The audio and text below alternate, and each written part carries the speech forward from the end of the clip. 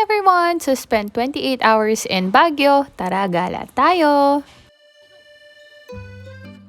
Around 3:30 in the morning nga nung nakaalis na kami ng Ortigas at sobrang ganda nga naman ng sunrise on the way to Baguio. We arrived at around 9:30 na nga ng umaga dahil sa traffic sa Marcos Highway, and then dumaan nga lang kami dito sa hotel na pagstayan namin para iwanan ng gamit. And our first stop, Our Lady of Lourdes Grotto. Nag-picture-picture nga lang kami and then syempre nagdasal tayo. Dahil nga na-late na kami ng arrival, due to traffic kaya hindi na kami umakyat simula sa baba. And then dumiretso na nga kami dito sa Mirador Heritage Eco Spiritual Park. At sobrang ganda nga naman as a second stop. Naglakad-lakad lang kami and then of course, picture taking and some videos. And then our next stop is the Diplomat Hotel. Umikot lang din kami and then took some videos. Kasi hindi na rin pala pwedeng pumasok doon due to old structure and hindi na raw safe na pumasok. I took some videos pero hindi ko pa nga na-check, baka meron tayong nasama. And then the next stop, Igorot